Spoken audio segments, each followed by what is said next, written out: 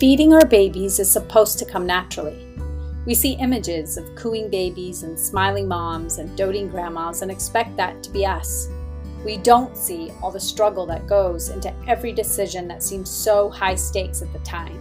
We don't expect all the leaking, the engorgement, the deciding to take a break. We don't expect all the judgment, whether we breastfeed or bottle feed or pump or don't. Or maybe we do expect all those things and it comes smooth sailing. But what I have encountered as a doula, a childbirth educator, and a lactation professional is that when I tell people what I do, the stories flow out naturally. And I love hearing them. I hope you do too. I'm your host, Lo. Welcome to the Milk Making Minutes.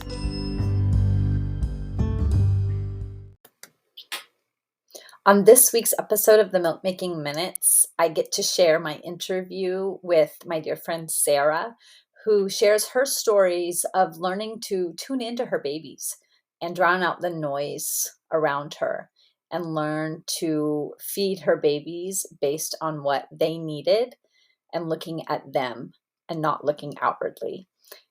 It's a really sweet story. I wanted to drop in and ask you to please rate and review the show if you are enjoying it. Rating and reviewing is a really great way to support the show and to help other people who might be looking for a podcast on the topic of feeding babies to find it. Enjoy the podcast.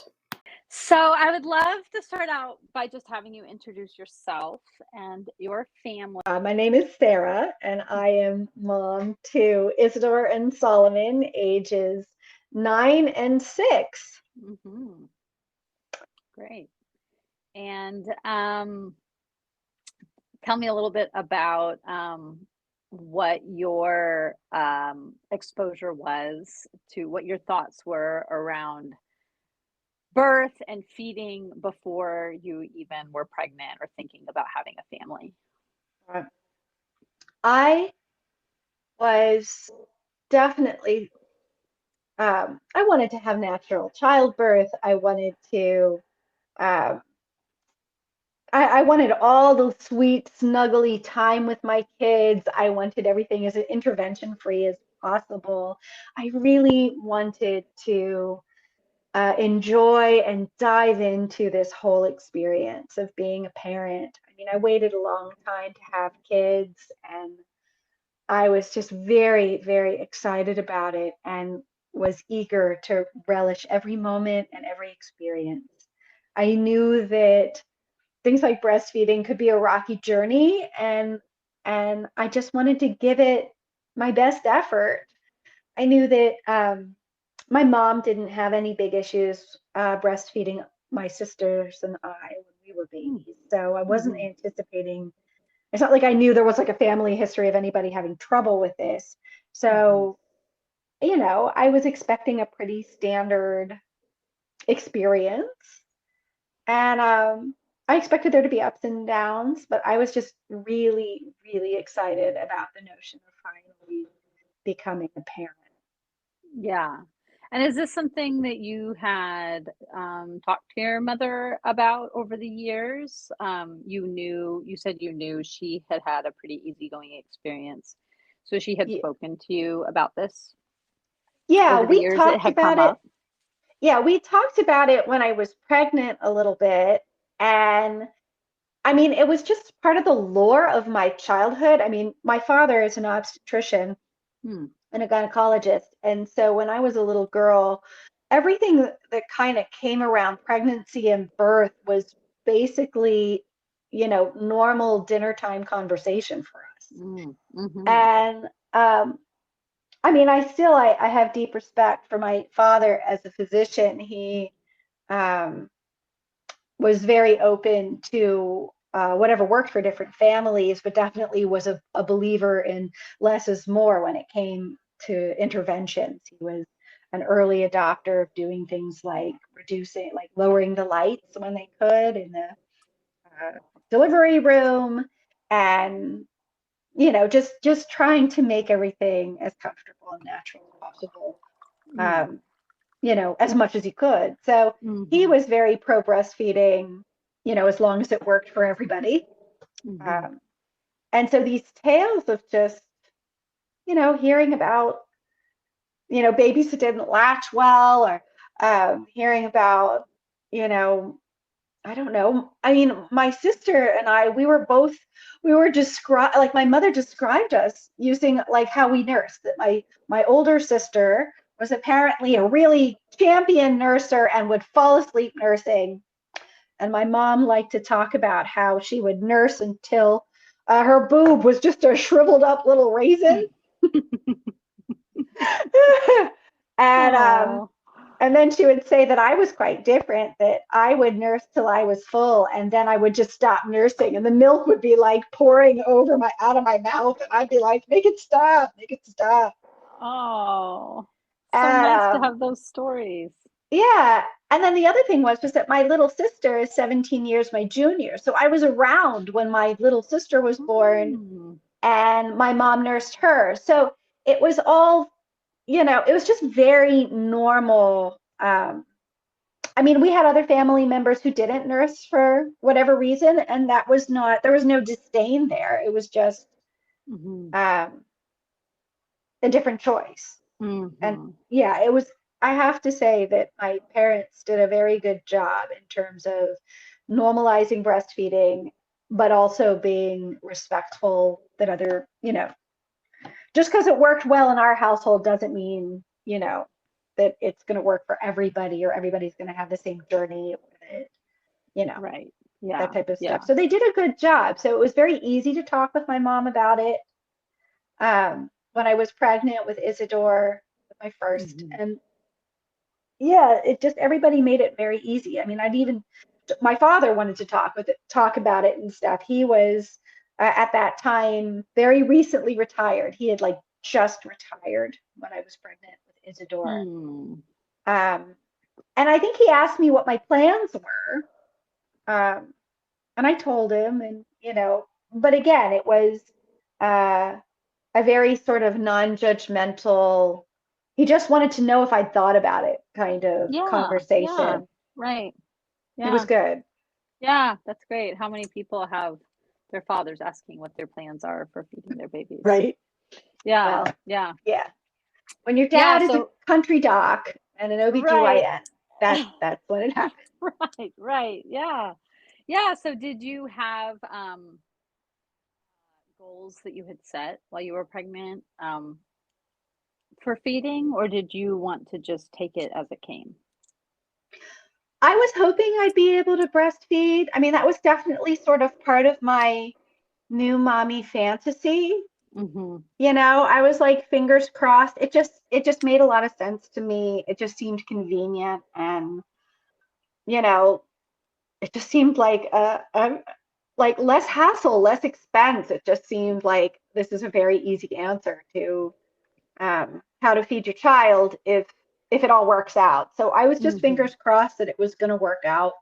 Hmm. And I will admit that having had like since my adolescence, I've had these big boobs and I've been at odds with them for my whole life.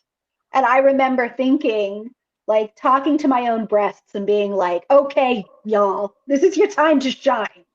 Like, Right. I really hope you do this well because you've been Right. nothing but keeping me from being able to run and jump the way I want to for many Right. years. So this is your time to like make it worth it. Like do your Yeah. thing and do it well. Right. Yeah. Yeah. And then, did you have goals related to the amount of time that you wanted to breastfeed? Were you thinking about that at all, or you just wanted to see how it played I was out? just going to see how it went. I mean, Mhm. since I had had miscarriages before, I had Mm. miscarriages before each baby. I had Mm. two miscarriages before Isidore and two miscarriages before Solomon. And Mm. and so Mm. it was very hard for me to think more than just a couple steps ahead. It was like Right. I really had to keep everything kind of narrow focused. So Of I knew course. I was going to try to breastfeed for like initially. And then I had a lot of resistance to thinking. It was like I couldn't allow myself to imagine what later babyhood or toddlerhood would look like.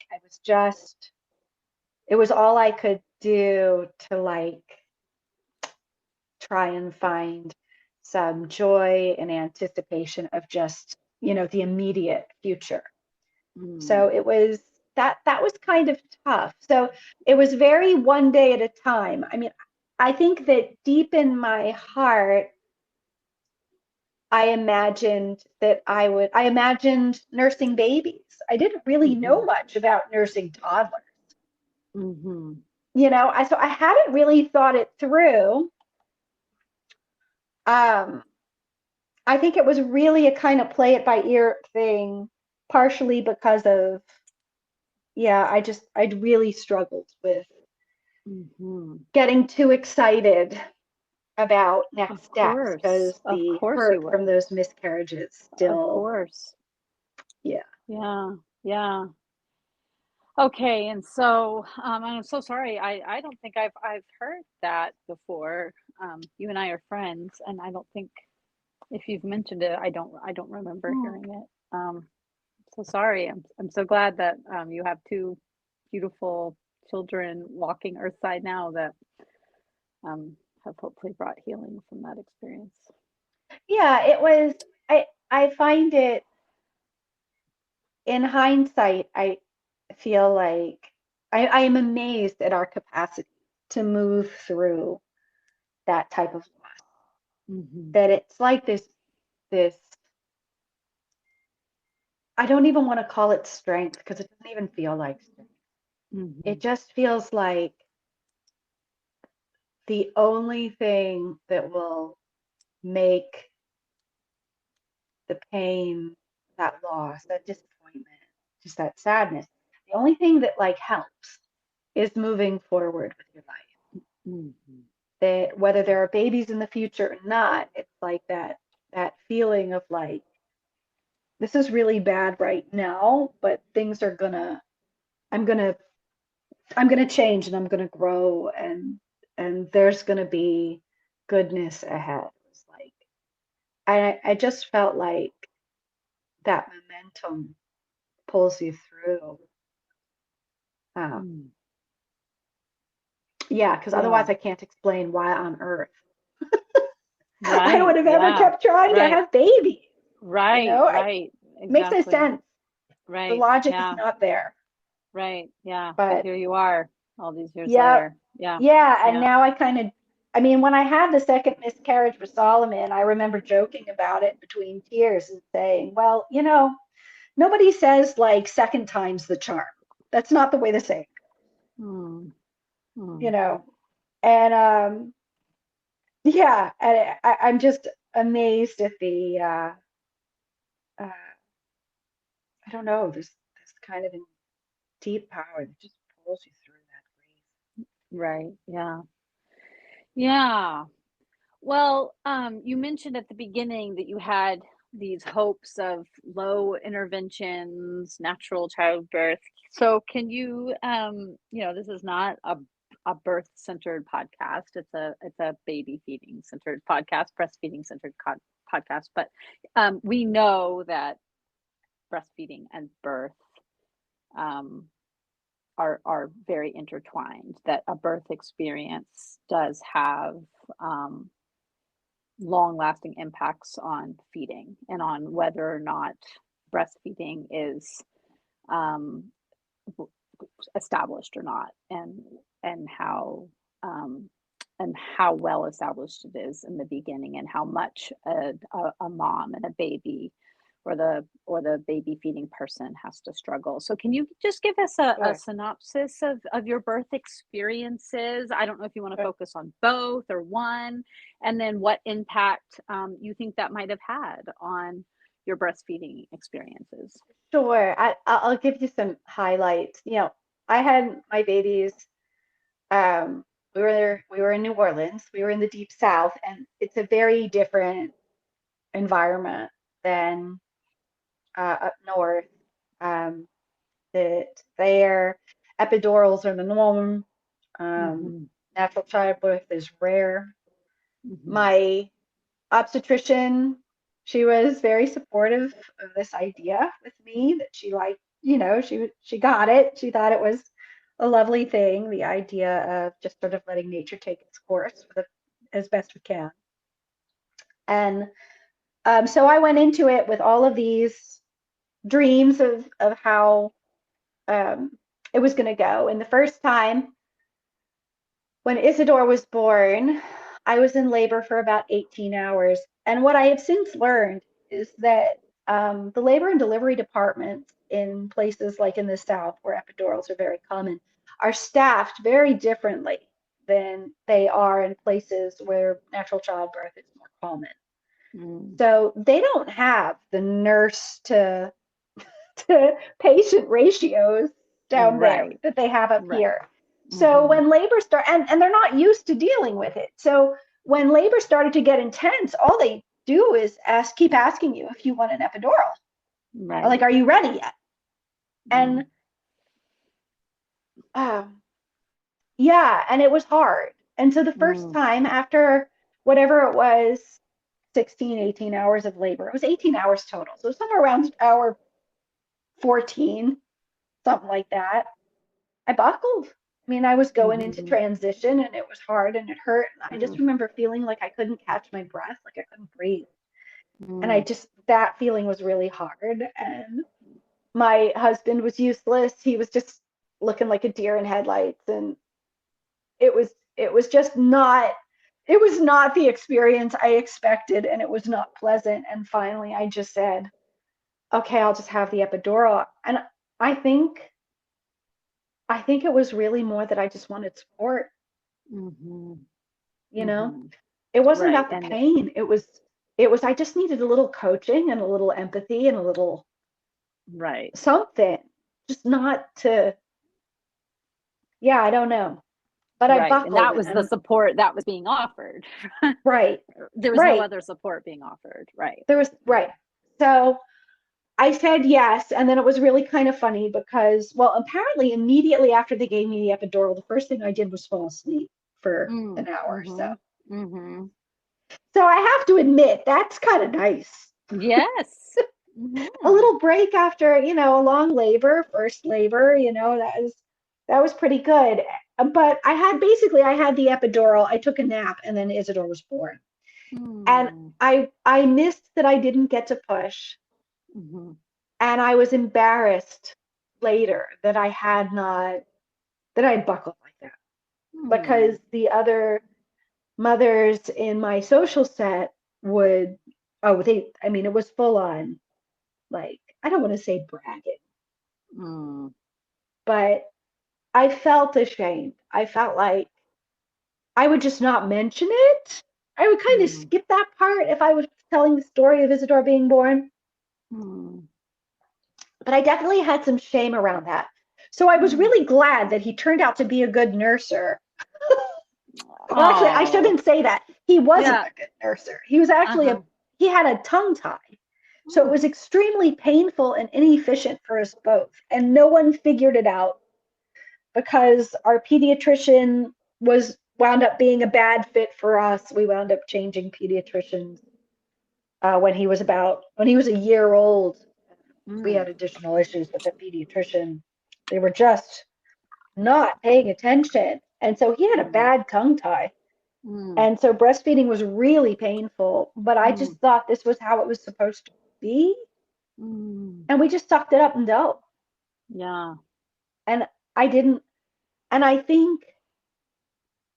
But you were at least doing it. You were breastfeeding with your social circle. So you felt the shame of asking for the epidural because that wasn't as acceptable within your social circle, but you were breastfeeding in your social circle. So you felt like that made up for something. Or at least I could show that it was a way of showing what type of person you were, what type of mother you were. It was sending a big social signal to this very attachment parenting crowd that I was just learning about, because I said, because of my fears from the miscarriages, I was only looking a few months ahead. I was always just staying a few months ahead. I was always reading up on what the next phase was going to be, but not too far in advance. And I had a wonderful support group at our local parenting center, and they were just wonderful. Um, but yeah, I mean, they were very respectful of families who wound up bottle feeding, but I knew that it was definitely a way to send a social signal. Mm. Yeah. Um, Isn't that so fascinating that it is. we talk about this, we know this exists, we all think it's horrible, yet we still do it to each other. Yeah. And the Yeah. truth is that, tongue ties, you outgrow that pretty fast. Mhm. And as much as breastfeeding hurt a lot with Isidore for the first few months, Mhm. eventually it was fine, Mm. and I dealt with all the stuff. I mean, I never had mastitis. I didn't have clogged ducts, but I would have minorly clogged ducts that I could clear them using a breast pump, you know, Mhm. Mhm. it never got bad. And I mean, I dealt with cracked nipples and that kind of stuff, but it was within the range of normal.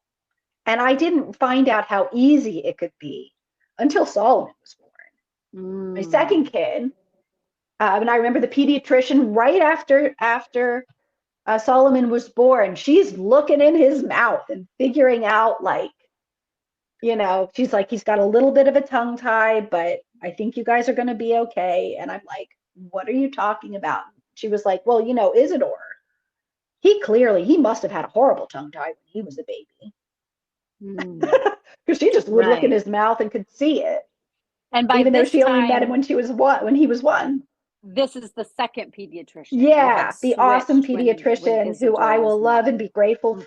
for the rest of my life. She was Mhm. Mhm. she was amazing. Mhm. Dr. Mhm. Teresa Dice, Tulane, New Orleans. Mhm. Okay. She was a godsend.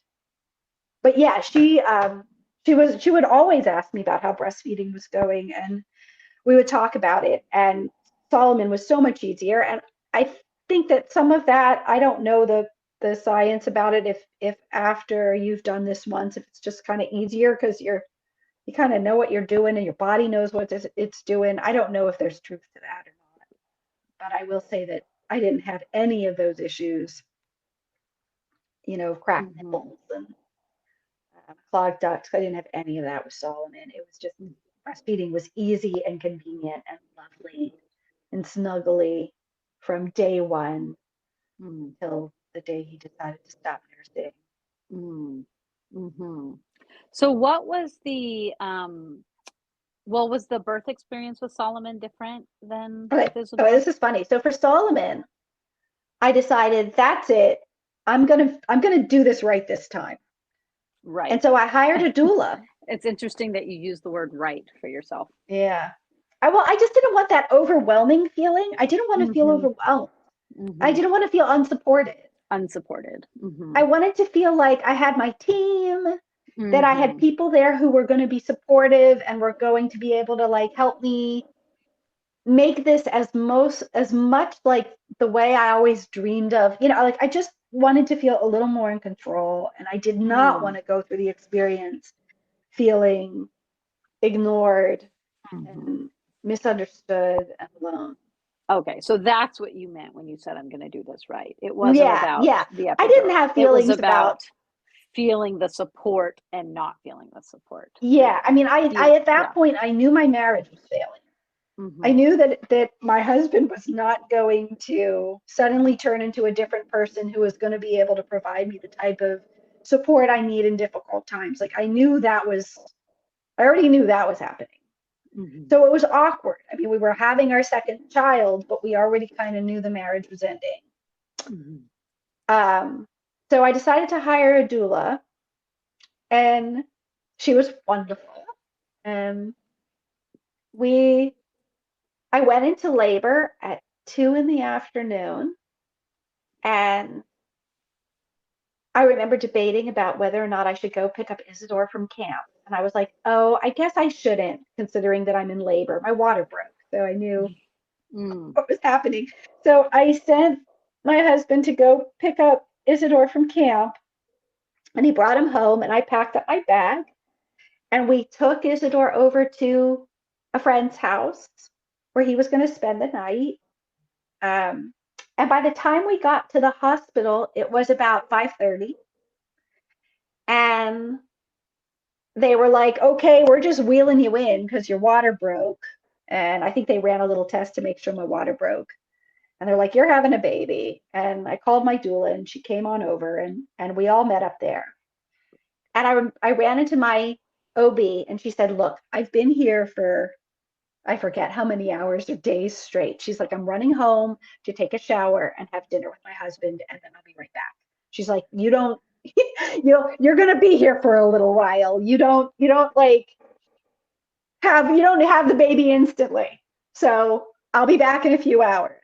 And this was at 5 o'clock. Solomon was born at about 9 p.m., just a few hours later. She did not make it back in time. He was delivered by the person, the laborist who was there, just a random person who was there to handle these situations. And then again, what happened that time was I was doing great. Everything was going fine. It was getting really intense. They started on the, do you want the epidural? Do you want an epidural? Do you want an epidural? And they weren't checking how far dilated I was. Like, they kept saying to me, well, we want you to lay down on your back so we can check you. And we're going to put you on a monitor. And I, being a woman in labor, just said, no, I am not laying on my back. Right. Like, figure out another way, y'all. They didn't know how to do it or something. They never checked me. So it was like 8 or 8:30, and it's getting intense, and I'm starting, they're like, do you want an epidural? Do you want an epidural? And finally I'm like, fine, this is getting intense and unpleasant, and I don't understand. So they go ahead, they rush in, they get the epidural. They didn't even have the epidural in fully. Like, they got the epidural in. And then I was like, I feel like I need to push. And they're like, how can that be? And then they checked me, and they're like, yeah, you're fully dilated. You need to push. So I had an epidural, but I kind of had natural childbirth. And I've joked about this with people, probably with you, that I don't know if it counts or not. Because, I mean, had I known I was fully dilated, I obviously wouldn't have asked for an epidural. It was full on, like, they just messed up. I mean, it's on them to check, and they didn't. Yeah. But, yeah. Anyway, so I wound up with another birth experience that I never felt totally comfortable talking about with my social set. Yeah. But, with the people I'm close to, we laugh about it. And people have, I know at least my mom has said to me, oh, it counts. No, you had natural childbirth. You just, you had an epidural, but it didn't count for anything.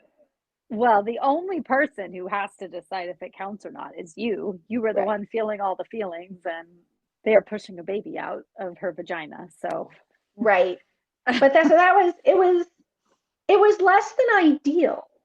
I will say that it was not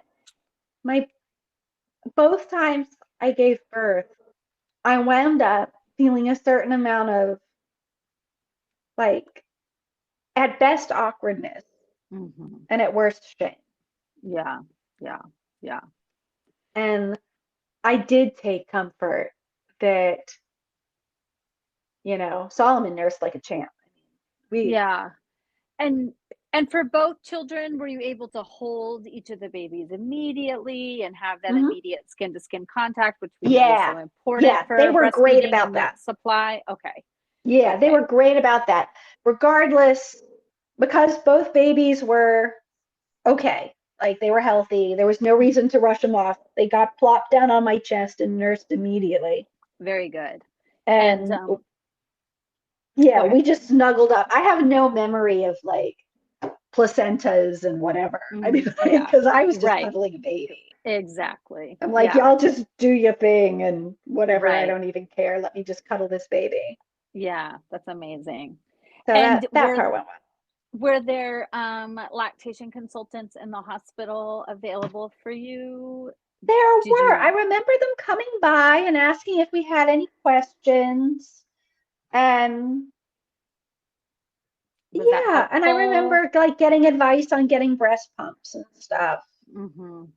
I wound up buying a medical grade breast pump secondhand, Mm. like Mhm. the hospital ones, the ones that you buy the tubing for, not a single use one. But so I got myself a fancy heavy duty breast pump because Mhm. with Isidore, I knew, well, I mean, it wasn't immediately after he was born, but I got a job. And so I knew Mhm. I was going to have to deal with this. And yeah, so I bought a secondhand hospital breast pump because none of that stuff's covered by insurance or by my insurance or anything.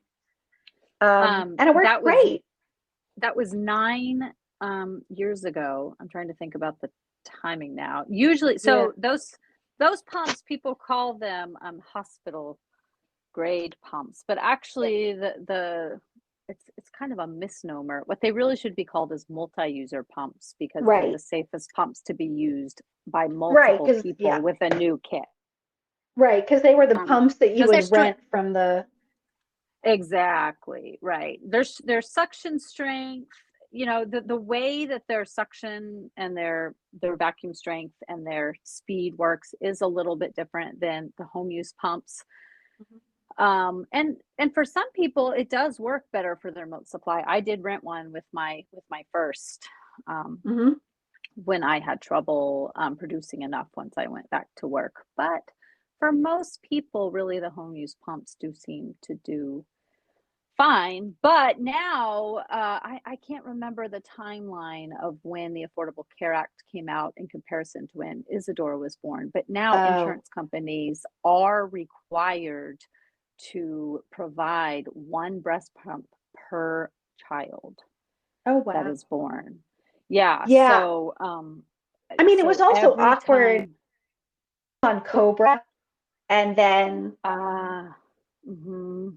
Yeah, and like when he Cobra was might have some born, sort and of then I was on loophole. Cobra, and then I may Right, have gone, I don't remember if my health insurance, like, if I went straight from Cobra to right, job insurance, or if there was a right. brief period of time when I was Of on, lapse.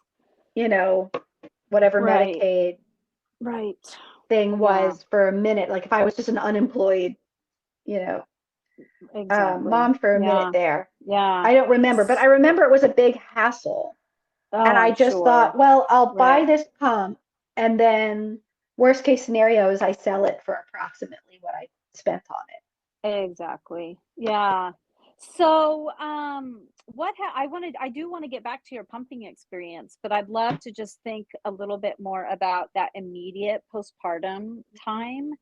Did you were in the hospital for a couple of days, I imagine, Yeah, it was or just the usual. With Isidore, Isidore had jaundice, so uh-huh. they kept us there, not a full extra. Mhm. Like instead of by the time we left the hospital with Isidore, it was nighttime, and there was Mhm. nobody around in the hospital. Oh, It was wow. very surreal. And then like all Mhm. the stores are closed and everything's closed, and it's just us in the Mhm. hospital. It Wow. was weird. Um, Yeah. and there was a It's lot of painful. concern about his bilirubin levels, and they were like, you know, there And was you a were lot of late probably, night Googling. I'm And sure. Yeah. but yeah, but postpartum, I honestly just remember it as being a very sweet, snuggly time where we Mhm. basically stayed in bed, Mhm. and with Isidore, we he would often sleep. We had a stroller, like a fancy stroller that had like a pram. You could Mhm. set it up like a bassinet. Mhm. And so when Isidore was teeny, teeny tiny, um, if he would let me put him down, he would often sleep in that bassinet, and I would just have it next to me in the bed in the Mm, living room, mhm, or we'd go for a walk, whatever. mhm, Um, and then, I mean, with Isidore, him being the first child, so like many families, we went through the gambit of trying every possible ways to sleep as a family and to figure mhm, out what was going to work for us.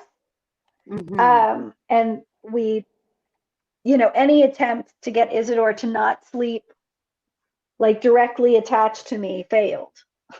So mm, um, by the time Solomon was born, I didn't even bother, and we already had a good system with co-sleepers and all of this. So, but when Solomon was born, the co-sleeper was already attached to the bed, and you know, I had Isidore on one side and Solomon and the co-sleeper in the other, and yes. it was just a wonderful little nest. Oh, that sounds so cozy. It really And was. so when you were breastfeeding, once you got home, were you ever concerned about milk transfer? How did you know your baby was transferring, either baby was transferring milk? Was there you lost weight and then you were working to regain the weight? Do you remember that? Initially, I I know would say this was years ago now, but they both did the thing where you bring them home and they lose a little weight. I mhm, know they both did that. And with Isidore, it was a mhm. little more concerning because of his jaundice. I Yes. mean, he looked like an Oompa Loompa. It was, we would bring him Oh. to the pediatrician, and other parents would comment on how tan he was. Mm, And I was, mm. no, This is not a he's my tan. little Oompa Loompa, my little Cheeto. Oh, oh. But so that first week or so, I remember being a little anxious about it. But even then, the pediatrician was saying to me, when your milk comes in, it's going to kind of wash this all out and everything's going to be fine. Just Oh, hang in there good. for a couple of Mhm. days. Yeah, so And even that pediatrician that was not that yeah, that was not supportive, that you sensitive. ended up switching Yeah, from. she Yeah. she was supportive about that. She was like, Okay. there was a lot That's of great. talk about whether or not we were going to have to wrap him up in the little blanket, or if they wanted. I really didn't want them to do the thing where they kept him overnight and put him under the Mhm. lights. There was talk Mhm. about it, and Mm. they kept saying to me, "Do not like, yes, sunlight can help clear the bilirubin. Do not put this baby like naked in a stroller and go for a walk on a sunny afternoon, or Mm. park him in the, by the window to let the sunlight do its thing." They're like, "Do not do Mm. that." So we absolutely went home and did that, and would take and put Isidore in that little pram when he was sleeping, and he'd be there in his diaper. And it was like late spring, early summer in New Orleans. It was warm. And I'd be Mhm. taking him for these long walks. And so I'd be careful to make sure I didn't want him to get a sunburn. Mhm. But we knew that sunlight could help. So we were determined to get as Mhm. much sunlight on him, as we Yeah. could. So it was kind Yeah. of funny. Um, And I know a I lot of did I did feel strongly like I really didn't want them to have to take him into the hospital overnight because I was concerned yes, about I what that would know. do for our Right. nursing. And Right. Yeah. yeah, and then And I don't know. I'm trying to think when I bought my first little hand pump. It might have been very early on. mhm. I bought one of those little Medela hand pumps. Mhm.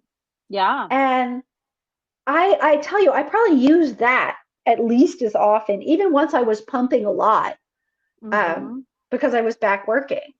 I used that Mhm. little Medela hand pump all the time because it was usually the fastest, best suction. It was the best thing. I used a little hand pump a lot too when I was working super full time with love the little hand pump. Yeah, it just worked great. Yeah. Yeah, some And people love them, some people hate them. You know, it's yeah, I really mean, it just a depends trial on and error. Yeah. that little thing worked great for me. I That's think I great. may have purchased that hand pump to try and get a sense of like those very early days of if I was Mhm. producing milk, if I wasn't, Mhm. you know, Yeah. when you just Yeah. before you really have a sense of it. Mhm. Um, but really to answer your question, I went off of, I mean, both my kids were very expressive. Mm. So it was very easy to tell if they were content or not. Oh. So I it, I yeah. love that. So what you're really saying, tuned in to your babies. You Mhm. just really tried to focus on them. And Yeah. Yeah. That, I mean, Isidore was, I mean, if he wasn't satisfied, he would definitely let you know. mhm. Mhm. So, Yeah. he would just relax. You would just see him just be like, thank goodness, finally, Mhm. you know. Now you mentioned at the top of the podcast that you have large breasts. Were there Hmm. positions that you found in those early days? Because once they grow, then they tend to kind of run the show a little bit. Hmm. They let you know what positions they like, but in the early Yeah. days, what's most comfortable for a baby and for you? Were there Yeah. positions that you found, and it's different from baby to baby, Right. but were there positions that you found most comfortable in those early days? The most comfortable was definitely laying down in bed with me on Mm-hmm. my side, Mm, and them just kind of mm-hmm. curled up. That was the Yeah. best. And Yeah. I could nurse like from either breast that way. I could like roll forward if I needed Mm, to like get the one that would have been higher to the baby, mm-hmm. or I could roll Yeah. more on my back if to get the one that was closer. And Mm-hmm. that was basically how we spent the first 6 months. And I mean, Yeah. the joke is that I would nurse Isidore sitting up when I wanted to watch Downton Abbey, Mm, you know, mm-hmm. Yeah. like, but that was probably about it. Or unless we were out. If we were out, and I would nurse them out all the time.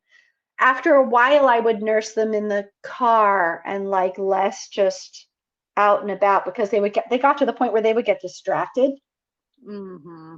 Right. and And so I you would wind needed to up limit getting their bit because distractions. Uh-huh. yeah, you're trying to nurse Uh-huh. a baby and you're at a cafe and they're just busy looking at all the things going around, and that got irritating. So there was a certain amount of nursing in the car, Mhm. but definitely um, for both of them, there was a lot of nursing laying down. That was the most comfortable because they were also Okay. both prone to just falling asleep after they Mhm. nursed, Mhm. and And I you're would already fall there. asleep too. Right. And we had this lovely setup with the Mm. co-sleeper and everything, Mhm. so um, it was very just sweet and dreamy and Yeah.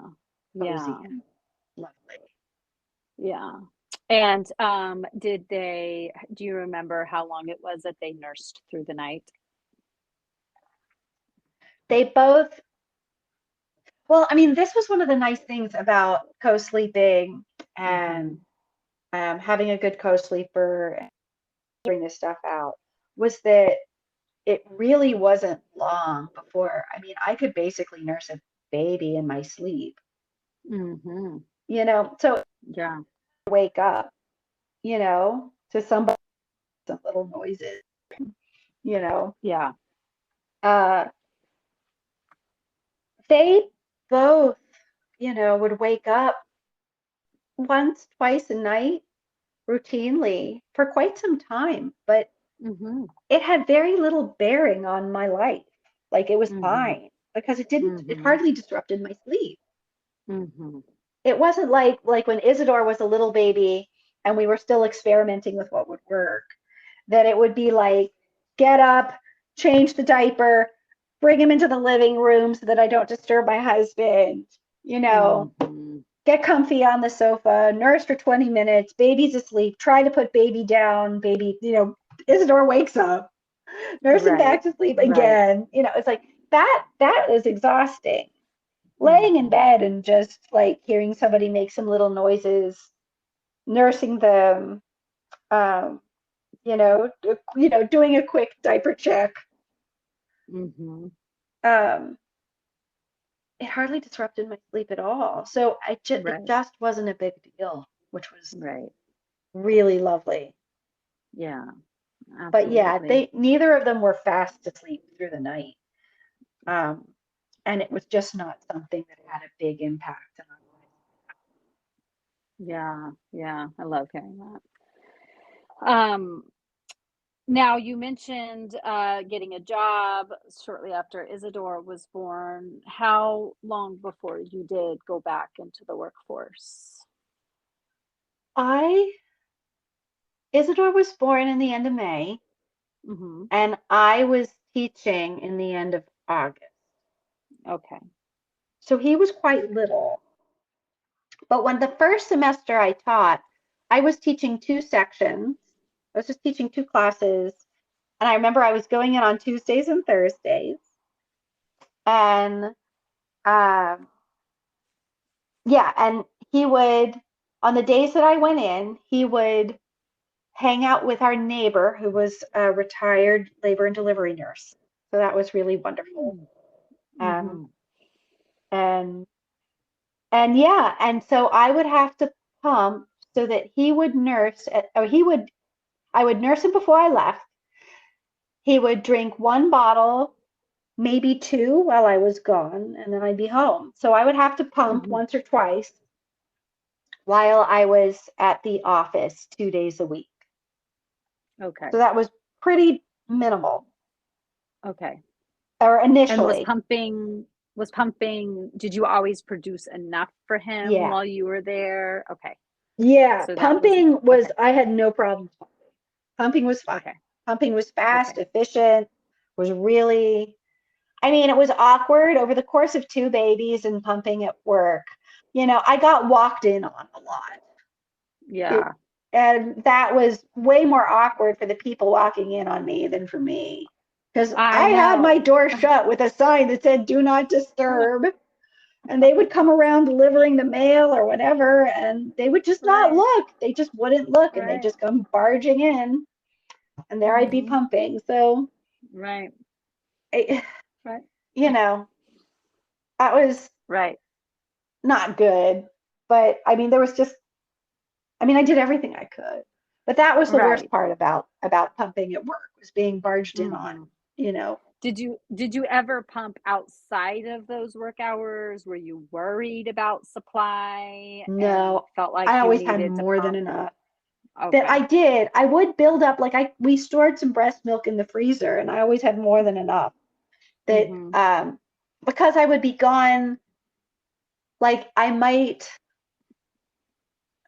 Isidore might drink one or two bottles, or Solomon, while I was gone. Um, Mhm.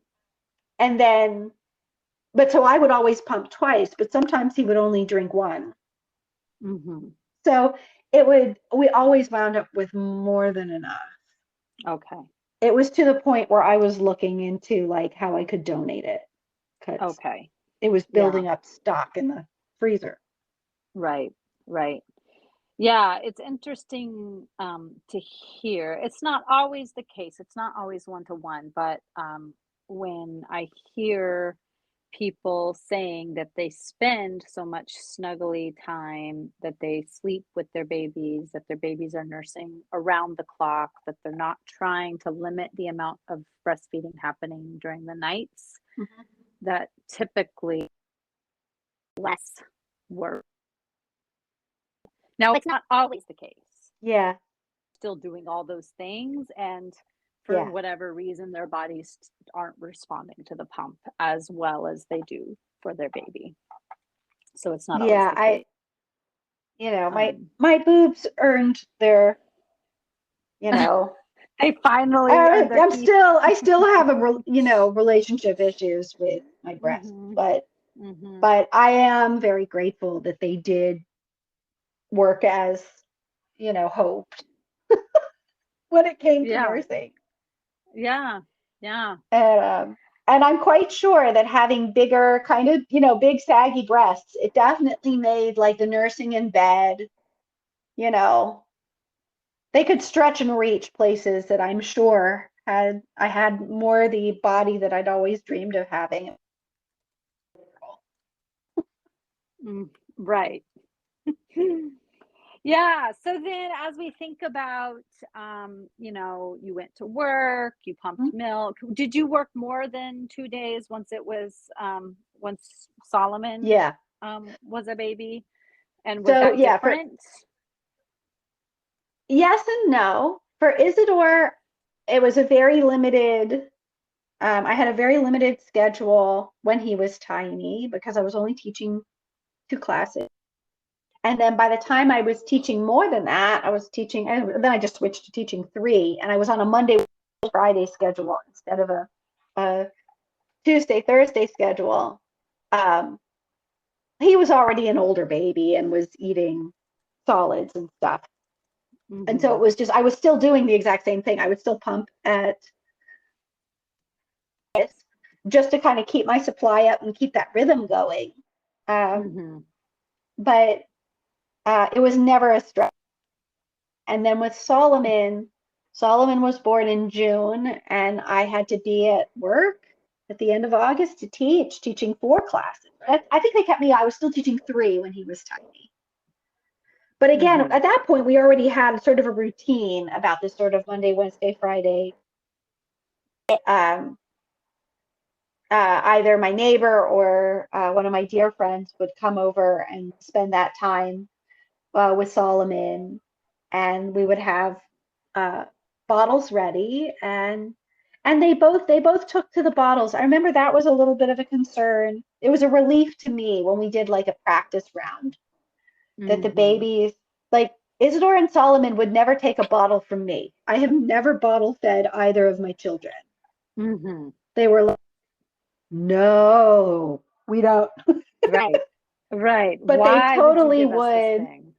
Right. Yeah, like why would you do this? Is clearly right? But they Right. were, if they were hungry, they would take a bottle from someone else. Yes. Yes. I'm sure that's relieving for people to hear who are, who might have a young child, a young baby, and think, well, my baby will not take this bottle from me. It often Right. works when somebody else gives the bottle. Yeah. And And then there I are other remember ways doing a too. There's practice cup round. feeding, spoon feeding. There are other ways. If a baby Yeah. won't take a bottle from anybody, there are other ways to get milk into a baby's body. I remember there were stories of Isidore, I think, like rejecting bottles at some point and somebody getting out a dropper. And Mm, then he would mm-hmm. he would take the milk from a dropper, like Like a a little baby bird. like a little baby bird. That he Yeah. found entertaining and fun. Like that was that he Hmm. would do. There was a short phase of a dropper. Yeah. Oh, what a But creative person to not stress out about it and try to think, what right, are the other tools I have? right. I mean, and that, and Yeah. the other piece was that I'm really grateful to my employer, who was Mm-hmm. very, it's just a very family friendly environment. And so had I been in a position where I had just said, look, the baby's not eating and I got to get home, you know, Mm-hmm. Mm-hmm. I'm going to skip my office hours or I'm going to leave a little early, they would have been fine with that. And I knew Yes. that they all were parents. They all knew um, Yes. about the stress and the drama of having a young baby. I think, everyone kind of fundamentally agreed that it was kind of insane to be trying to work when you've got a 2-month-old baby at home. Right. But Exactly. Yeah. they, Yeah. yeah, the dean pulled me aside and said to me, he's like, just do the minimum, like take care of your students, and that's it. Like that's all we need of you, and then just Yes. get to your baby. Yes. So I Yes. feel like it would have been a very different experience had uh, I not felt that support. I mean, the truth was I didn't wind up needing it much, but Yeah. every now and then. Yeah. Yeah. Well, so we're getting kind of close to time here, but I have a couple Yeah. more questions that I would love to hear about. One is, do you remember what it was like, as both babies grew up, what it was like, that transition from only drinking milk, your milk, to to transitioning to eating solid foods, how that worked, how old they were, Mm. and then eventually how old were they when they weren't um, drinking your milk at all? They were, well, Isidore, I remember very clearly that when he turned 6 months old, we fed him avocado and I think it was sweet potato and then avocado and then banana. We're like, And you're not talking, are you talking like from a jar, or are you talking just like we just mashed them avocado, up. sweet potato? Okay. Yeah. We just mashed them up. We were on vacation when he turned 6 months old and we were with my Mm. mom. And so I was Mm. very excited about the idea of being my mom in this milestone. Aw, so So it sweet. was all Yeah. very sweet. Isidore was somewhat interested. He was Mhm. intrigued, but he was not Mhm. like the kids who are like grabbing at the food. Yeah. So for him, it was a very gradual process, and I just didn't stress about it at all. He, I mean, if he wasn't feeling well, he wouldn't care about solid food and he'd just want to nurse all the time. Mhm. And if he was going through a growth spurt, he would eat everything that we put, within arm's reach. So Mm. we just kind of rolled with it and let him lead. Mhm. And it was fun to see what he liked, what he didn't like. I'm very Mhm. happy that he now eats some beans occasionally because he has consistently rejected beans since infancy. So when he tells me he doesn't like them, I just kind of believe him, like in Right. general. Right. Right. He was a kid with strong preferences from day one, and it was really kind of fun to just explore the facet of the world with him. And do And you remember the last time he breastfed? no, but I know it When was was that? it was later on in my pregnancy with Solomon. And I felt a little bad about it because Isidore, I more consciously weaned. Mhm. Solomon, I just kind of let him do his thing. But Mhm. nursing while pregnant hurting a lot. Mm. Yeah. And he was at the point, he was 3, he was just nursing to go to sleep, like at bedtime. Mhm. Yeah. It was pretty easy to get him down to once a day. And yeah, and I remember being conscious of being like, starting to put space between when he would nurse and when he would fall asleep. So we would get into bed and we might sing a few songs. And then it used to be we would read a story and then nurse and then sleep. And then we changed the order so that it wasn't nursing right next to sleeping anymore. It Mm. was nurse, story, sleep. Mhm. And he kind of fought with me a little bit on that, but he was 3, so we would talk about it. And I just told him that I was very tired and it was kind of uncomfortable for me. And could we please just cuddle, Mhm. you know? And he kind of grumbled once or twice about it, but then was like, okay. He was still getting everything he wanted, just not in the order. Mhm. And then after a while of that, um, I would just stop mentioning it. And I would only offer to nurse, or he would only nurse if he brought it up. Like I tried to just not mention it. And occasionally he'd forget. Uh, and then he would forget more and more. So I don't remember like the last time, but Yeah. I know it was Yeah. soon before Solomon was born. And I Mhm. remember feeling very bittersweet about it. Yeah. On Yeah. one level, it hurt. And I was, I was just ready I didn't want to be nursing 2 babies if I could help it. And Yeah. it was just a lot. And I knew he was ready, but at the same time, I was definitely uh, like, it's just that bittersweet feeling of them growing up and feeling like, Exactly. Yeah. oh, oh, this phase is kind of coming to an end. And that's Right. fine and it's good, but Right. yeah, there's facets Which of we this. experience again and again as parents, don't we? It's so it feels so I, it feels so the word I'm looking for, but you can really, really feel it when it comes to these teeny babies and feeding and the milestones they hit because they're really in your face when they're teeny babies. But every now and I'll notice it with my slightly older children now, 8 and 4, and it doesn't hit you in the same way. You have to kind of look out for the milestones, I think, Yeah, now. But it continues to happen, but yeah, those baby milestones of, oh, the last breastfeeding, the first time they eat a solid food, yeah, those are really, really, really special. Even yeah, if you don't remember it, even if you just remember, around the time it happened, they're such sweet memories. yeah. Um, okay, so as we wrap up here, what was the worst advice you were given when it came to breastfeeding? Do you if you can The the remember? worst advice, two things come to mind. One one was just that nobody checked Isidore's mouth to see if he had a tongue tie when he was Yes. Hmm. born.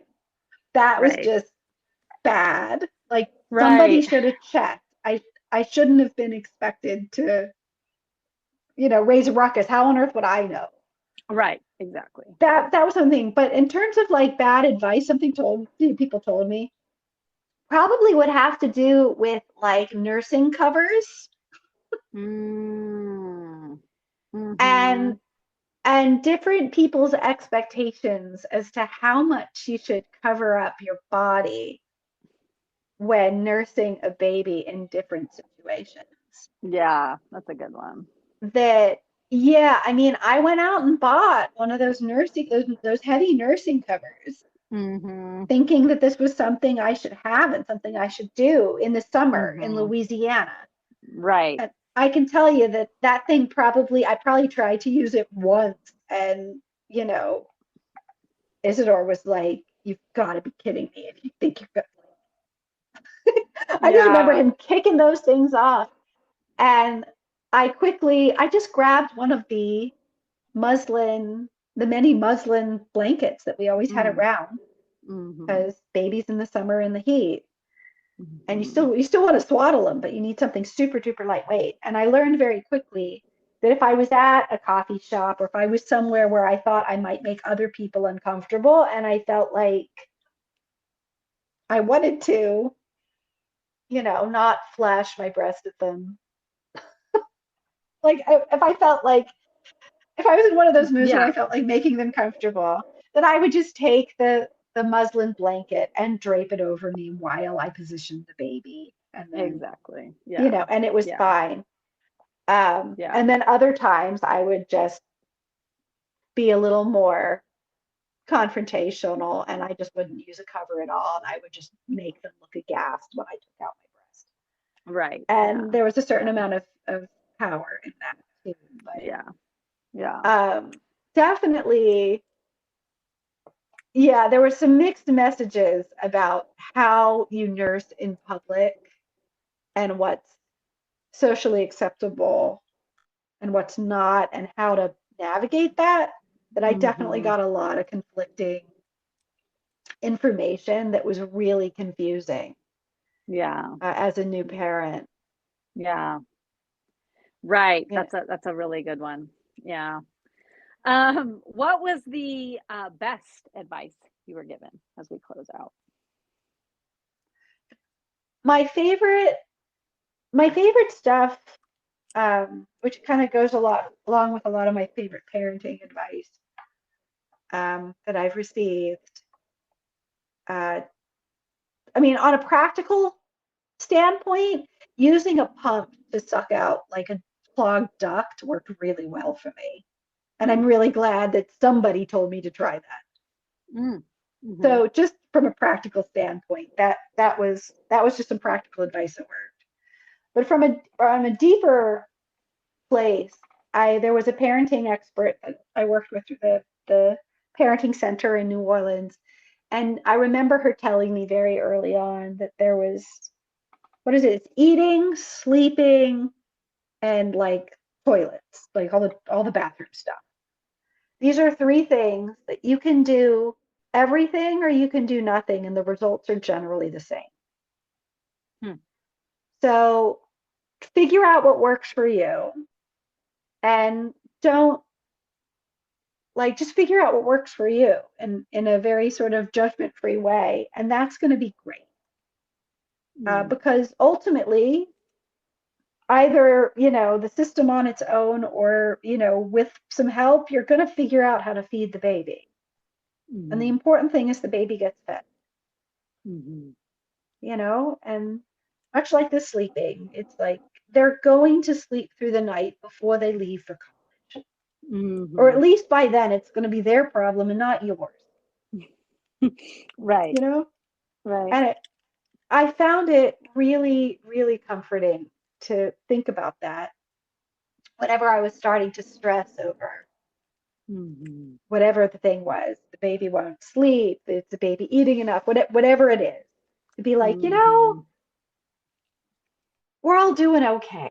Like the baby's growing. There aren't any medical concerns.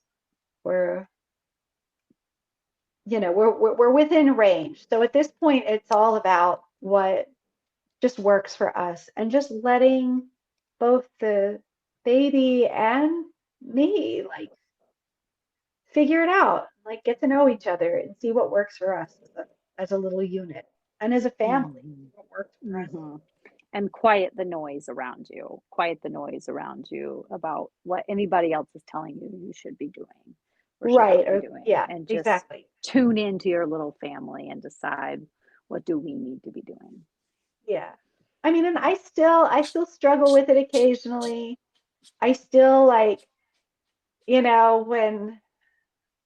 when we talk about where the kids sleep, it's still I kind of have to take a deep breath and remind myself that it's all good, that we still all sleep in one room. Isidore has his own bed, but half the time he falls asleep curled up with me, and that's it's that we still have that same sweet sort of snuggly bedtime routine that we've always had. Yeah. I wouldn't That's trade it amazing. for anything. It's the best part of the No. day. Right. And when your kids leave for college and they come home, they're still going to want to have those great snuggly experiences with you where they share about their lives, because that's part of their Yeah, and I look forward. Part of their relationship with you. Yeah. I hope that someday that they'll start their own family, and I hope they'll have lots of that just warm, cuddly, deeply tuned in, sweet time. Yeah. Well, Sarah, this has been so awesome. Thank you so much for taking so much of your day to share about what it was like so many years ago now. You're about to have a child who's 10. I can't even believe it. Feeding babies in New Orleans in those early days. And I just so appreciate you taking the time. I've learned so much about your life as a new mom. Oh, well, my pleasure. It's fun to revisit those times with somebody who cares. Yeah. This has been so great. And when my audience of millions listens sometime in the future, this will be so helpful for them. I hope. Okay. All right. Thanks so much, Sarah. Bye. You're welcome. I'll talk to you soon.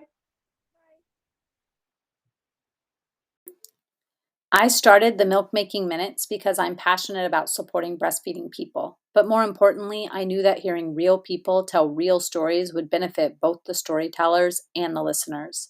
I had this idea for 3 years before I launched. I asked so many people how I should begin, and Anchor came up repeatedly as the easiest way to launch a podcast. And I have not been disappointed. If you are passionate about a topic and have wanted to start a podcast, you can use Anchor to record and distribute your podcast. It's easy to use. You can use the editing tools right from the platform. You can distribute your podcast episodes seamlessly to listening platforms like Spotify and Apple Podcasts right from Anchor. And the best part is, it's free. And the tech support has been great too. Go to anchor.fm or download the app right to your phone to get started on your great podcast idea.